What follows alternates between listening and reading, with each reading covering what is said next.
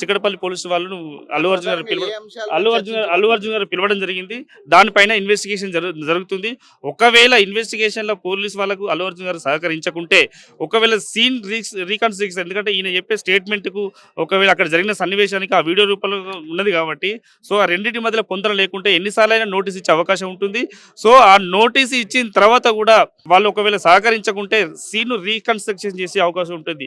ఒకవేళ దీనికి సంబంధించిన అల్లు అర్జున్ గారే పూర్తి స్థాయిలో బాధ్యత, పూర్తి స్థాయిలో నిందితుడని భావించినప్పుడు ఇంటరిమ్ బెయిల్ కూడా క్యాన్సిల్ చేసే అవకాశం ఉంటుంది. సో మళ్ళీ నోటీస్ నుంచి దీని సెక్షన్లు కూడా ఆల్టర్ చేసే అవకాశం ఉంటుంది. ఎందుకంటే శ్రీతేజ్‌కు సంబంధించి ఆయన చిన్న పిల్లోడు అండర్ 18 ఉన్నాడు. ఆయనకు సెపరేట్ సెక్షన్లు, సెపరేట్ శిక్షణ స్మృతి ఉన్నది కాబట్టి సో దానికి ఆ కోణంలో కూడా పోలీసు వాళ్ళు ఇన్వెస్టిగేషన్ చేస్తారని చెప్పి మేము భావిస్తున్నాం. ఇంటీరియం బెయిల్ ఇచ్చిన తర్వాత కూడా అల్లు అర్జున్ ప్రెస్ మీట్ పెట్టడం కోర్టు ధిక్కరణ కిందికి రాదా? కోర్టు ధిక్కరణ అంటే వాళ్ళు ఆల్రెడీ వాళ్ళు కొన్ని వాళ్ళు కండిషన్స్ కండిషన్ చెప్పుకుంటారు టర్మ్స్ కదా. అండ్ కండిషన్స్ వాళ్ళు ఏం పెట్టారో దాన్ని బట్టి ఆయన చేసింది కావచ్చు.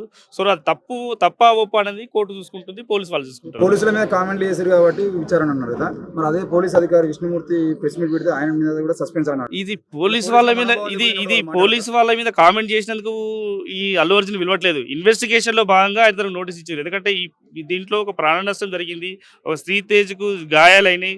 సో చావు బతుకుల మధ్యలో ఉండరు, ఇంకా ఎంతమందికి గాయాలైనాయి. ఒకవేళ అక్కడ ఆ రోజు పోలీసు వాళ్ళు లేకుంటే ఇంకెంత ప్రాణ నష్టం జరిగేదో, ఇంకెంత మంది గాయాల పాలయ్యాలో ఆ విషయంలో కూడా మీరు ఆలోచించాల్సిన క్రమం ఉంటుంది. పోలీసులు మనోభావాలు దెబ్బతీసేటట్టు 1,30,000 మంది పోలీసులు ఉన్నారు, వాళ్ళందరూ మనోభావాలు దెబ్బతీసేటట్టు సినిమాలో ఒక సీన్ ఉంది, టాయిలెట్ పోసేది. దానికి సంబంధించిన విషయంలో వాళ్ళ మనోభావాలు దెబ్బతింటే ఆయన మాట్లాడడం తప్ప.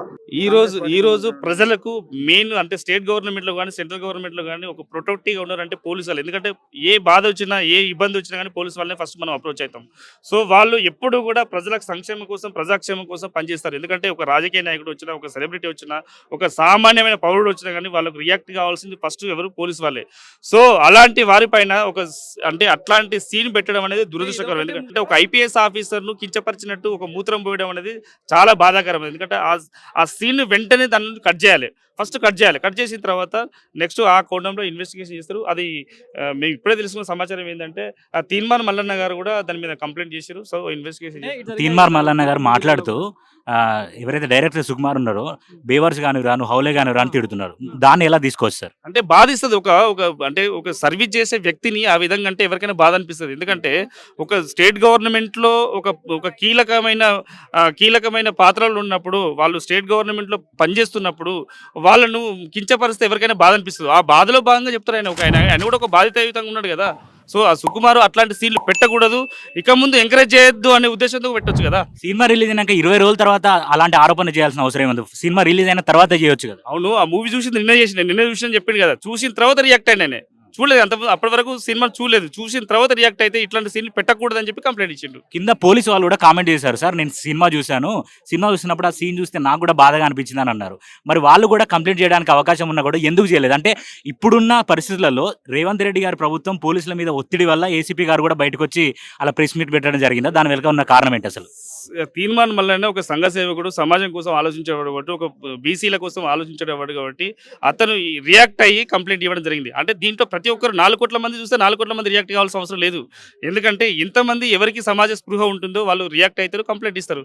సో దానికి ఆ కోణంలో పోలీసు వాళ్ళు ఇన్వెస్టిగేషన్ చేస్తారు. రాష్ట్రంలో అనేక సమస్యల మీద స్పందన లేని ఎమ్మెల్సీ మల్లన్న అల్లు అర్జున్ విషయంలో స్పెసిఫిక్ ఎందుకు మాట్లాడుతున్నారు? మరి లగచర్ల ఘటన చూడొచ్చు, దామగుండం కావచ్చు, నల్లమల్ల కావచ్చు, గురుకులాల విద్యార్థులు చనిపోతే మాట్లాడండి. మల్లన్న దీని మీదనే మాట్లాడుతా అంటే మీరు కూడా రాజకీయంగా అల్లు అర్జున్ అడ్డు పెట్టుకుని ఎదగాలనుకుంటారా కాంగ్రెస్ పార్టీ వాళ్ళు? ఎవరు ఎదగలండి కాదు. ఇక్కడ జరిగిన సంఘటన ఒక సామాజికంగా అంటే రోజు మల్లన్న అంటే మల్లన్న ఈ సంఘటన పైన రియాక్ట్ అయ్యిండు కాబట్టి మీరు ప్రశ్న చేసారు. ఆ ప్రశ్నకు బదులిస్తున్నాం. సో దానికి సంబంధించి ఏం లేదు కదా. సార్ ఇప్పుడు ఒక విషయం ఏంటంటే బౌన్సర్ వ్యవస్థ వల్లే ఆ రోజు అక్కడ తొక్కిసలాట జరిగిందని పోలీసు వాళ్ళు ఆరోపిస్తున్నారు. కానీ వాళ్ళు ఏమంటున్నారు అంటే పోలీసులు లాఠీ చార్జ్ చేయడం వల్లనే తొక్కిసలాట జరిగిందని అంటున్నారు. దీన్ని ఎట్లా చూడొచ్చు? అంటే అక్కడ ఫస్ట్ ఆఫ్ ఆల్ ఏంటంటే అక్కడ పర్మిషన్ లేదు. అల్లు అర్జున్ గారు రావడానికి పర్మిషన్ లేదు.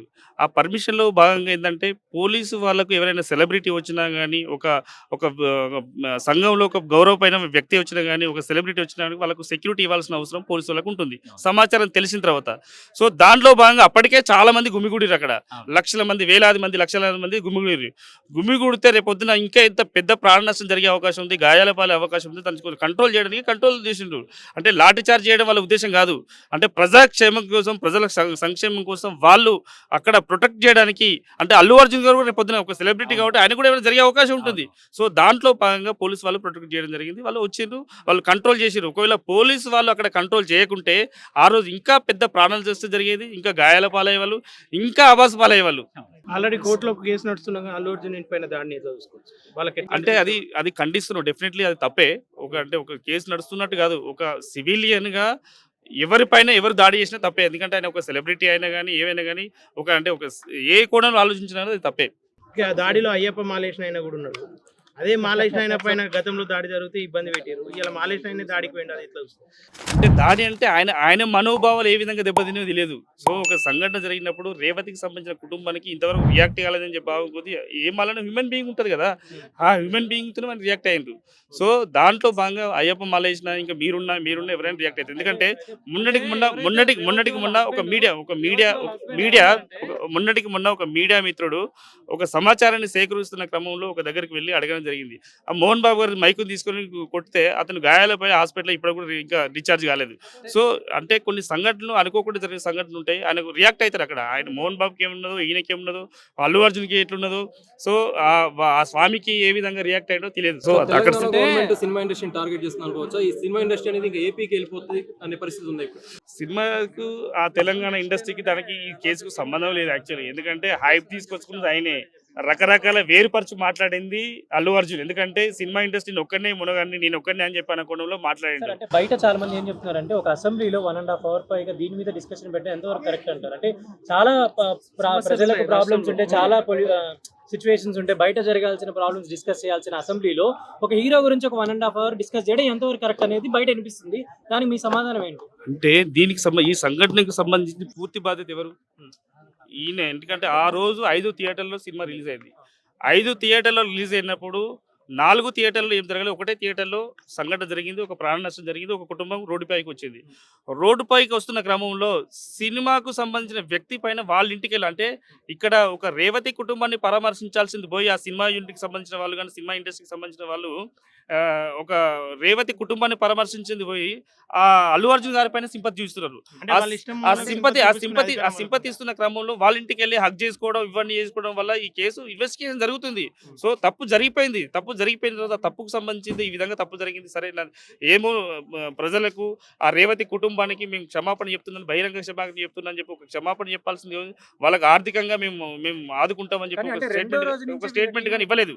సో ఇవ్వకుండా కానీ స్టేట్ గవర్నమెంట్ ను అండ్ చిక్కడపల్లి పోలీస్ వాళ్ళను, పోలీస్ వ్యవస్థను కూడా ఒక అబాస్ పాలు చేయాలనే ఉద్దేశంతో రేవంత్ వాళ్ళ హస్బెండ్ కూడా రెండో రోజు నుంచే మాకు వాళ్ళ టీం వచ్చి సహాయం స్టార్ట్ చేశారని చెప్పి మీడియా ముఖంగానే చెప్పడం జరిగింది. కేసు విత్డ్రా చేసుకున్నట్ట లేదు, ఇన్సిడెంట్ జరిగిన సెకండ్ నుండి అల్లు అర్జున్ టీం మాకు హెల్ప్ చేస్తుందని ఆయన ఎప్పుడు చెప్పిండు? ఆయన ఇప్పుడు చెప్తున్నాడు. అంటే ఈ రోజు 2 రోజుల నుండి చెప్తున్నాడు. అంతకుముందు గతంలో ఎప్పుడు ఇప్పుడు మీకు వచ్చిన సమాచారం, నాకున్న సమాచారం ప్రకారం నిన్నటి నుండి మొన్నటి నుండి చెప్తున్నాడు. సో అది మీ దృష్టిలో రెండో రోజు నుంచి చేసినట్టు చేయనట్టు ఒకసారి ఏం లేదు. ఇప్పుడు సార్ ఇప్పుడు ఒక నిమిషం సార్, ఇప్పుడు సార్ ఒక నిమిషం అండి.